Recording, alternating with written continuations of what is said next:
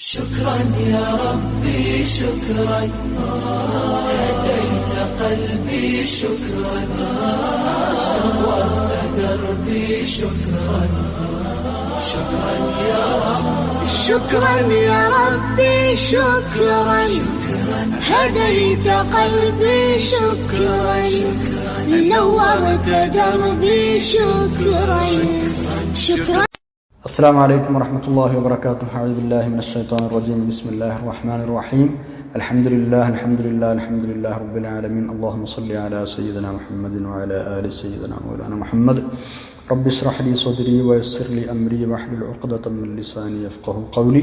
أعوذ بكلمات الله التامة من كل شيطان وهامة ومن كل عين لامة ولا حول ولا قوة إلا بالله العلي العظيم.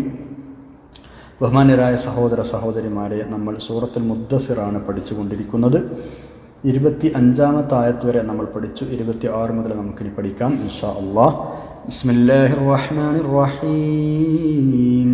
സഉസ്ലീഹി Saqr വമാ അദ്റാക മാ Saqr ലാ തുബ്ഖി വലാ തദർ ലവാഹത്തുൽ ലിൽ ബശർ അലൈഹാ 19 സദഖല്ലാഹുൽ അലിയ്യുൽ അദീം.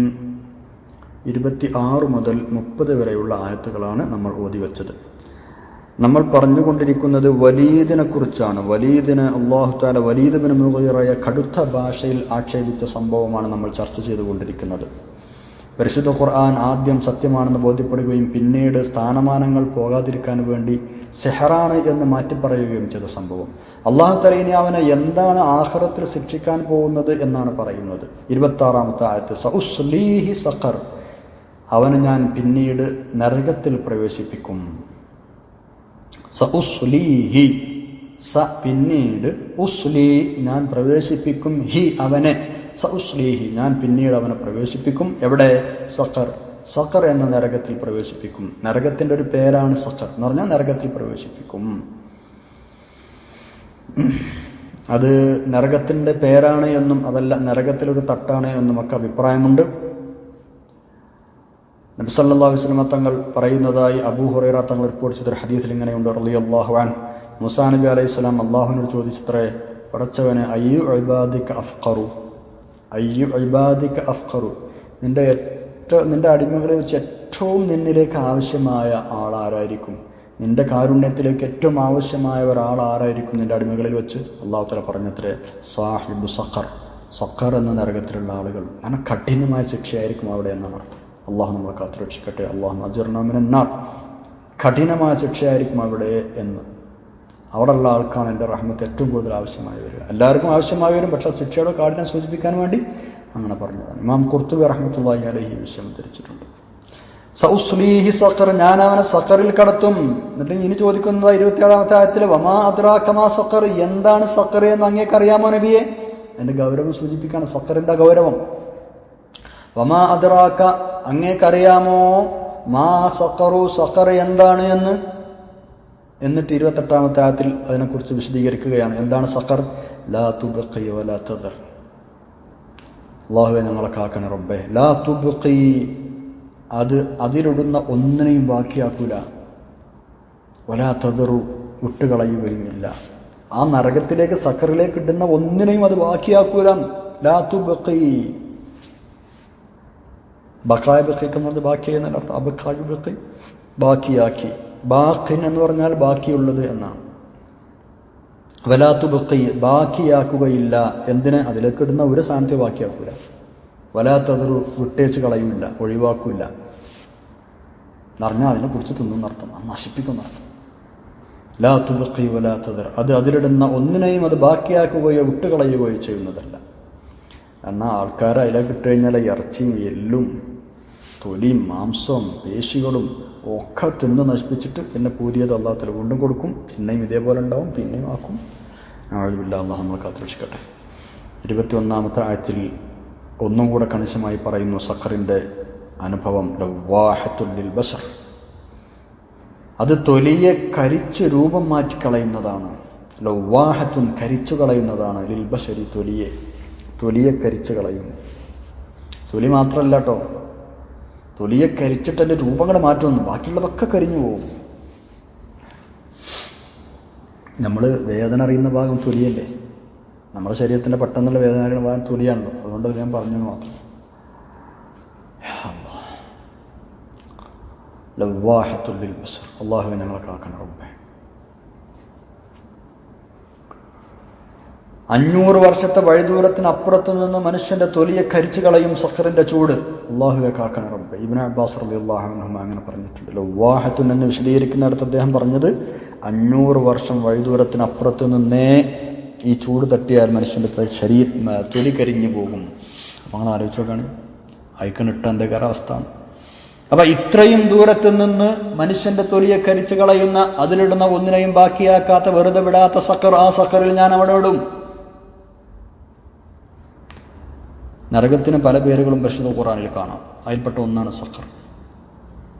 നരകത്തിന്റെ കാഠിന്യം സൂചിപ്പിക്കാൻ വേണ്ടി, അല്ലെങ്കിൽ കഠിനമായ ശിക്ഷയുള്ള ഭാഗമാണിത് എന്ന്. ഉരുക്കിക്കളയുന്നത്, കരിച്ചു കളയുന്നത് എന്നൊക്കെയാണ് അതിൻ്റെ പദാർത്ഥം. സഖർ എന്ന പദത്തിന് അർത്ഥം നോക്കുകയാണെങ്കിൽ ഉരുക്കിക്കളയുന്നത്, കരിച്ചു കളയുന്നത് എന്നൊക്കെ പറയാം.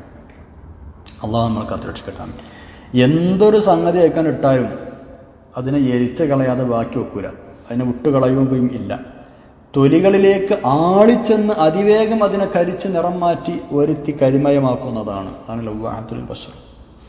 തൊലിൻ്റെ അടുത്തേക്ക് ഇങ്ങോട്ട് ആളിപ്പടർന്നു വരും എന്നാണ്. അതാണ് 500 വർഷത്തെ വഴിദൂരത്ത് നിന്ന് കരിയുമെന്ന് പറയാൻ കാരണം. നമ്മൾ കാണുന്ന തീയിനേക്കാൾ എത്രയോ 10 മടങ്ങ്, എത്രയോ മടങ്ങ്, 10 മടങ്ങൊന്നുമല്ല, എത്രയോ മടങ്ങ് ഉഗ്രമാണ് നരകത്തിലെ തീ. ഇനി ആ നരകത്തിൽ ശിക്ഷ അനുഭവിക്കുന്ന ആളുകൾ മരിച്ചാൽ അതോടെ തീരെ ഓൽക്കവിടെ മരണമില്ല. അവരാ ശിക്ഷ കൊണ്ട് മരിച്ചാൽ വീണ്ടും ജീവിപ്പിക്കും, വീണ്ടും തൊലിയും ഇറച്ചിയും മാംസമൊക്കെ അല്ലാഹു തആല കൊടുക്കും. അത് വീണ്ടും അങ്ങനെ ആവും.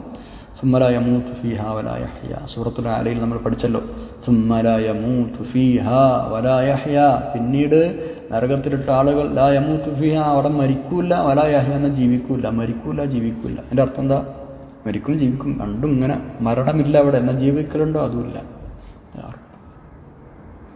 ഇത് നരകത്തിൻ്റെ പ്രത്യേകതയാണ്. നിരന്തരം ശിക്ഷകൾ അനുഭവിച്ച് തൊലികളും മറ്റുമൊക്കെ കരിഞ്ഞു പോകുമ്പോഴും അല്ലാഹു തആല വേറെ പുതിയ തൊലി കൊടുക്കും. കുല്ലമാ നളിജത്, ബിസ്മില്ലാഹിർ റഹ്മാനിർ റഹീം, കുല്ലമാ നളിജത് ജുലൂദുഹും ബദ്ദൽനാഹും ജുലൂദൻ ഗൈറഹാ ലിയദൂഖുൽ അദാബ്. സൂറത്തുൻ നിസായിൽ 56 നമ്മൾ പഠിച്ചിട്ടുണ്ട്. യാ അല്ലാഹ്, തൊലികൾ പഴുത്ത് എന്താണ് പറയുക, അത് വെന്ത് കരിയുമ്പോഴൊക്കെ ബദ്ദൽനാഹും ജുലൂദൻ ഗൈറഹാ, പുതിയ തോൽ അവർക്ക് കൊടുക്കും. എതിലിയദൂഖുൽ അദാബ്, അത് ടേസ്റ്റ്, അന്ന് ശിക്ഷ അനുഭവിക്കാൻ വേണ്ടി. ഈ നരകത്തിന്റെ മേൽനോട്ടം വഹിക്കുന്ന ആളുകൾ പരുഷ സ്വഭാവികളായ, കഠിനന്മാരായ, മല്ലന്മാരായ മലക്കുകളാണ്. അലൈഹ മലായികത്തുൻ ഗിലാദുൻ ശിദാദ്.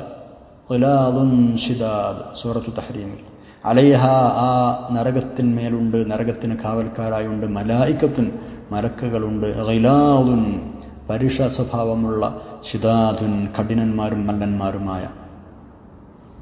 അപ്പം ഇന്ന് രക്ഷപ്പെടാൻ നോക്കണ്ട, രക്ഷപ്പെടാമെന്ന് വിചാരിക്കണ്ട, അതിന് കാവൽക്കാർ അല്ലാഹു തആല ഏർപ്പെടുത്തിയിട്ടുണ്ട്. ഇനി 30-ാമത്തെ ആയത്തിൽ അല്ലാഹു തആല പറയുന്നത് ഈ കാവൽക്കാരായ ആളുകളെ കുറിച്ചാണ്. അലൈഹ 19. ഈ കാവൽക്കാരായ മേൽനോട്ടക്കാരായ ആളുകളെ കുറിച്ചാണ്, മലക്കുകളെ കുറിച്ചാണ് അല്ലാഹു തആല പറയുന്നത്. 19 പേരുണ്ട് എന്നാണ് അല്ലാഹു തആല 30-ാമത്തെ ആയത്തിൽ പറയുന്നത്. എന്തുകൊണ്ടാണ് ഇവരുടെ എണ്ണം ഇങ്ങനെ 19 നിശ്ചയിച്ചത് എന്നതിൻ്റെ കൃത്യമായ വിവരം നമുക്കറിഞ്ഞുകൂടാ. അത് അള്ളാഹുവിന് മാത്രം അറിയുന്ന രഹസ്യമാണ്. എന്നാലും ഇത് സംബന്ധമായി മുഫസ്സിരീങ്ങൾ രേഖപ്പെടുത്തിയ ചില അഭിപ്രായങ്ങൾ നമുക്ക് സാന്ദർഭികമായി പഠിക്കാം. ഇൻഷാ അല്ലാഹ് ഇനി നമുക്ക് അടുത്ത ആയത്തിലേക്ക് കടക്കാം. 30-ാമത്തെ ആയത്ത്. 31-ാമത്തെ ആയത്തിലും ഇതിനെക്കുറിച്ചുള്ള വിശദീകരണം തന്നെയാണ്. എന്താണ് 30-ാമത്തെ ആയത്ത്? അലൈഹ 19. അലൈഹ, ആ നരകത്തിനുണ്ട്, പാറാവുകാരായുണ്ട്, ആ നരകത്തിന്മേൽ പാറാവുകാരായുണ്ട്. 19, 19 ആളുകളുണ്ട്. ആശറ എന്ന് പറഞ്ഞാൽ 10, 9 എന്ന് പറഞ്ഞാൽ 9. അപ്പോൾ 19, 19 ആളുകളുണ്ട്. 19 ജബാനിയാക്കളായ മലക്കുകളുണ്ട്. അവർ പരുഷ സ്വഭാവമാണ്, അതികഠിനമായ സ്വഭാവമുള്ളവരാണ്. അവർ രൂപം തന്നെ കണ്ടാൽ പേടിയാകുന്നതാണ്. അങ്ങനത്തെ 19 പാറാവുകാരുണ്ട്. ഇങ്ങനെ ഒരു 19ന്റെ കണക്ക് പറയാൻ പ്രത്യേകമായ ചില കാരണങ്ങളുണ്ട്. ഈ ആയത്തിറങ്ങാൻ കാരണങ്ങളുണ്ട്. യഹൂദികളിൽപ്പെട്ട ചില ആളുകൾ, ഈ യഹൂദികളിൽ പല ആളുകൾക്കും വേദങ്ങൾ പഠിച്ച ആളുകളായിരുന്നു അവർ. അവർക്ക് കൃത്യമായ ധാരണകൾ, അറിവ്, സ്വർഗത്തെക്കുറിച്ച്, നരകത്തെക്കുറിച്ച്, പ്രവാചകന്മാരെക്കുറിച്ചൊക്കെ അറിവുണ്ടായിരുന്ന ആളുകൾ ആ കൂട്ടത്തിലുണ്ടായിരുന്നു. അസൂയ കൊണ്ട് വിശ്വസിക്കാതെന്നാണ് ഓൽക്കറിയത് ഈ നബി ശരിയായ നബിയാണെന്നൊക്കെ ഓൽക്കറിയാം. പക്ഷെ അസൂയ കൊണ്ട് വിശ്വസിക്കാരുന്ന ഒരുപാട് ആളുകൾ ആ കൂട്ടത്തിലുണ്ട്. അപ്പോൾ ഇങ്ങനെ യഹൂദികളിൽപ്പെട്ട ഒരു സംഘം മുസ്ലിങ്ങളായ കുറച്ച് ആളുകളെ കണ്ടപ്പോൾ, സഹാബത്തിനെ കണ്ടപ്പോൾ അവരോട് ചോദിച്ചു, അല്ല, നരകത്തിൻ്റെ കാവൽക്കാർ എത്ര ആൾക്കാരാണെന്ന് നിങ്ങൾക്ക് അറിയുമെന്ന് ചോദിച്ചു. അപ്പോൾ അവർ പറഞ്ഞു, സത്യം ഞങ്ങൾക്കറിയില്ല, ഞങ്ങൾ അള്ളാഹു റസൂലുഹു ആലം, ഞങ്ങൾ നബി സല്ലല്ലാഹു അലൈഹി വസല്ലം തങ്ങളോട് ചോദിച്ചിട്ട് പറഞ്ഞുതരാമെന്ന് പറഞ്ഞു.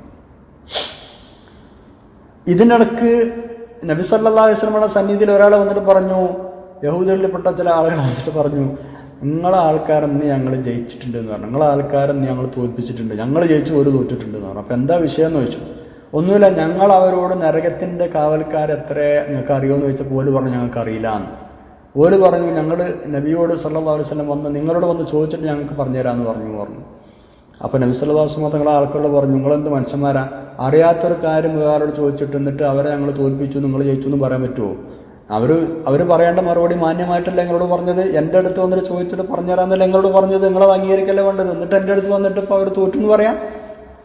ഏതായാലും ആ സഹാബത്ത് നബിയുടെ അടുത്തേക്ക് വന്നപ്പോൾ നബി സല്ലല്ലാഹു അലൈഹി വസല്ലം തങ്ങൾ പറഞ്ഞു കൊടുത്തു, അലൈഹ 19 ആളുകളാണുള്ളത്. ആ യഹൂദികളും അത് ചോദിച്ചു എന്നാണ്. എത്ര നിങ്ങൾ പറയും എത്രയാണെന്നുള്ളത്. അപ്പോൾ നബി സല്ലല്ലാഹു അലൈഹി വസല്ലം തങ്ങൾ അതിന് മറുപടി പറഞ്ഞു കൊടുക്കുകയും ചെയ്തു, 19 പേരാണുള്ളത്. എന്താണ് ഇപ്പോൾ ഈ 19ൻ്റെ കണക്ക്? ആകെ 19 ഉള്ളൂ എന്നാണോ? അങ്ങനെയല്ല. അത് മഹാന്മാരായ മുഫസ്സിരീങ്ങൾ അതിനെക്കുറിച്ച് പറയുന്നത്, പിന്നെ എന്താണ് പറയാ, മാലിക് റളിയല്ലാഹു അൻഹുവിൻ്റെ നേതൃത്വത്തിലുള്ള, മാലിക് റളിയല്ലാഹു അൻഹു നേതാവ്, നരകം കാക്കുന്ന മലക്ക് എന്ന് നമ്മൾ പണ്ടേ പഠിച്ചു വരുന്ന മലക്ക് മാലിക് എന്നവരാണ്. അപ്പോൾ മാലിക് അലൈഹിസ്സലാമാണ്. അദ്ദേഹത്തിൻ്റെ കീഴിൽ 19 വിഭാഗങ്ങളുണ്ട്, 19 നഖീബുകളുണ്ട് എന്നാണ് ആ പറഞ്ഞതിൻ്റെ അർത്ഥം. നഖീബ് എന്ന് പറഞ്ഞാൽ എന്താണ് പറയുക, നമ്മൾ ഈ പട്ടാളത്തിൻ്റെ എന്താണ് പറയുക, കാറ്റഗറി ഉണ്ടാവില്ല, എന്താ പിന്നെ പറയാ, ഓരോ വിഭാഗങ്ങളായി എന്ന് പറയില്ല നമ്മൾ, ഓരോ വിഭാഗങ്ങൾ, ഓരോ റെജിമെൻറ്റുകൾ എന്നൊക്കെ പറയില്ല. എന്നതുപോലെ പിന്നെ മാലിക് അലൈഹി ഇസ്ലാമിൻ്റെ നേതൃത്വത്തിൽ 19 പ്രധാന വിഭാഗങ്ങളുണ്ട്. അവരുടെ കീഴിൽ വേറെ കുറേ മലക്കുകളുണ്ട്. പ്രധാനപ്പെട്ട വിഭാഗങ്ങൾ എന്നാണ് പറഞ്ഞതിൻ്റെ അർത്ഥം. അല്ലെങ്കിൽ 19 ക്യാപ്റ്റന്മാരുണ്ട് എന്നാണ് പറഞ്ഞതിൻ്റെ അർത്ഥം. ആ ക്യാപ്റ്റന്മാരെ എന്താണ് പറയുക, അവർക്ക് വേറെ സഹായികൾ വേറെ ഉണ്ടാകും. മനസ്സിലാകുന്നുണ്ടോ? ഇങ്ങനെയൊക്കെ പല അഭിപ്രായങ്ങളും മുഫസ്സിരീങ്ങൾ ഈ വിഷയത്തിൽ രേഖപ്പെടുത്തിയിട്ടുണ്ട്. കാരണം അള്ളാഹു മനുഷ്യൻ്റെ റൂഹിനെ പിടിക്കാൻ ഒരു മലക്കിനെ ഏൽപ്പിച്ചു, ആ മലക്കുകളെ കുറേ സഹായികളായി ഏൽപ്പിച്ചു കൊടുത്തിട്ടുണ്ട്. അപ്പോൾ ആ മലക്കുകൾക്ക്, ആ ഒരാൾക്ക് എല്ലാവരെയും റൂഹ് പിടിക്കാൻ കഴിയുമെന്നാണ് ഇപ്പോൾ പറയുന്നത്. ഇല്ല, അങ്ങനെയാണ് ഇപ്പോൾ നടന്നുകൊണ്ടിരിക്കുന്നത്. അപ്പോൾ അതേപോലെ പിന്നെ എന്താണ് പറയുക, 19 ആളുകൾ എന്ന് പറഞ്ഞാൽ അവർക്കിപ്പോൾ എല്ലാവരെയും നരകത്തിലുള്ള ആളുകൾക്ക് ശിക്ഷിക്കാൻ ആ രൂപത്തിൽ അവർക്ക് തന്നെ കഴിയും. അങ്ങനെ കൃത്യമായ എണ്ണം പറഞ്ഞതുമാവാം,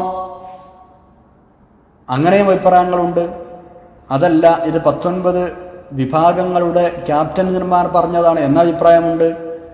ഏതായാലും ഇവിടെ സഹീഹായ അഭിപ്രായം, പ്രബലമായ അഭിപ്രായം എന്ന് പറഞ്ഞിട്ട് മുഫസ്സിരീങ്ങൾ രേഖപ്പെടുത്തുന്നത്, ഇവർ ഹുമുർ റുഅസാഉ വൻ നുഖബാഉ, ഇവർ നേതാക്കളും ഇതിൻ്റെ ക്യാപ്റ്റന്മാരുമാണ്. എത്രയാണ് അവരാകെയുള്ളത് എന്ന് ആർക്കും പറയാൻ കഴിയില്ല. അത് വമാ യഅലമു ജുനൂദ റബ്ബിക ഇല്ലാഹു, അള്ളാഹു തആല പറഞ്ഞതുപോലെ അള്ളാഹുവിൻ്റെ സൈന്യങ്ങൾ അള്ളാഹുവിന് മാത്രമേ അറിയുകയുള്ളൂ. അപ്പോൾ എത്രയാണ് നരകം കാക്കുന്ന നരകത്തിലെ മലക്കുകൾ എന്ന് കൃത്യമായി നമുക്ക് പറയാൻ കഴിയില്ല. ഈ പറഞ്ഞ ആളുകൾ അതിൻ്റെ റുഅസാക്കളും നുഖബാക്കളുമാണെന്നാണ്, അവർ നേതാക്കളാണ്, അതിൻ്റെ ക്യാപ്റ്റന്മാരായി വർത്തിക്കുന്ന ആളുകളാണ് എന്ന് വെക്കണം. കാരണം മറ്റൊരു ഹദീസിൽ നമ്മൾ പഠിച്ചിട്ടുണ്ട്, നരകത്തെ കൊണ്ടുവരുന്ന രംഗം അല്ലേ, 70,000 കടിഞ്ഞാണുകളുമായി വരുന്ന നരകത്തെ കൊണ്ടുവരുമെന്നാണ്. 70,000 കടിഞ്ഞാണുകളുമായി. ആ ഓരോ കടിഞ്ഞാണുകളിലും 70,000 മലക്കുകൾ ഉണ്ടാവുമെന്ന് പറഞ്ഞിട്ടുണ്ട്. അപ്പോൾ ആ ഹദീസ് നിന്നൊക്കെ മനസ്സിലാക്കാം, വേറെയും എത്രയോ മലക്കുകൾ നരകവുമായി ബന്ധപ്പെട്ട് പ്രവർത്തിക്കുന്നുണ്ട്, അതിൻ്റെ ഡ്യൂട്ടി ഏൽപ്പിക്കപ്പെട്ട ആളുകളുണ്ട് എന്നാണ്. അപ്പോൾ ഈ പറഞ്ഞത് അതിൻ്റെ നേതാക്കളെക്കുറിച്ചാണ് പറഞ്ഞത് എന്ന് നമ്മൾ വെക്കണം. അതാണ് പ്രബലമായ അഭിപ്രായമായി മനസ്സിലാകുന്നത് എന്ന് മുഫസ്സിരീങ്ങൾ രേഖപ്പെടുത്തുന്നു. ഇൻഷാ അല്ലാഹ് ഇനി നമുക്ക് ബാക്കി അടുത്ത ക്ലാസ്സിൽ പറയാം. സുബ്ഹാനകല്ലാഹുമ്മ ബിഹംദിക അശ്ഹദു അല്ലാ ഇലാഹ ഇല്ലാ അൻത സുബ്ഹാനക്കല്ലാഹു വബിഹംദിക അഷ്ഹദു അൻ ലാ ഇലാഹ ഇല്ല അൻത അസ്തഗ്ഫിറുക വഅതൂബു ഇലൈക്. വസ്സലാമു അലൈക്കും വറഹ്മത്തുള്ളാഹി വബറകാതുഹു.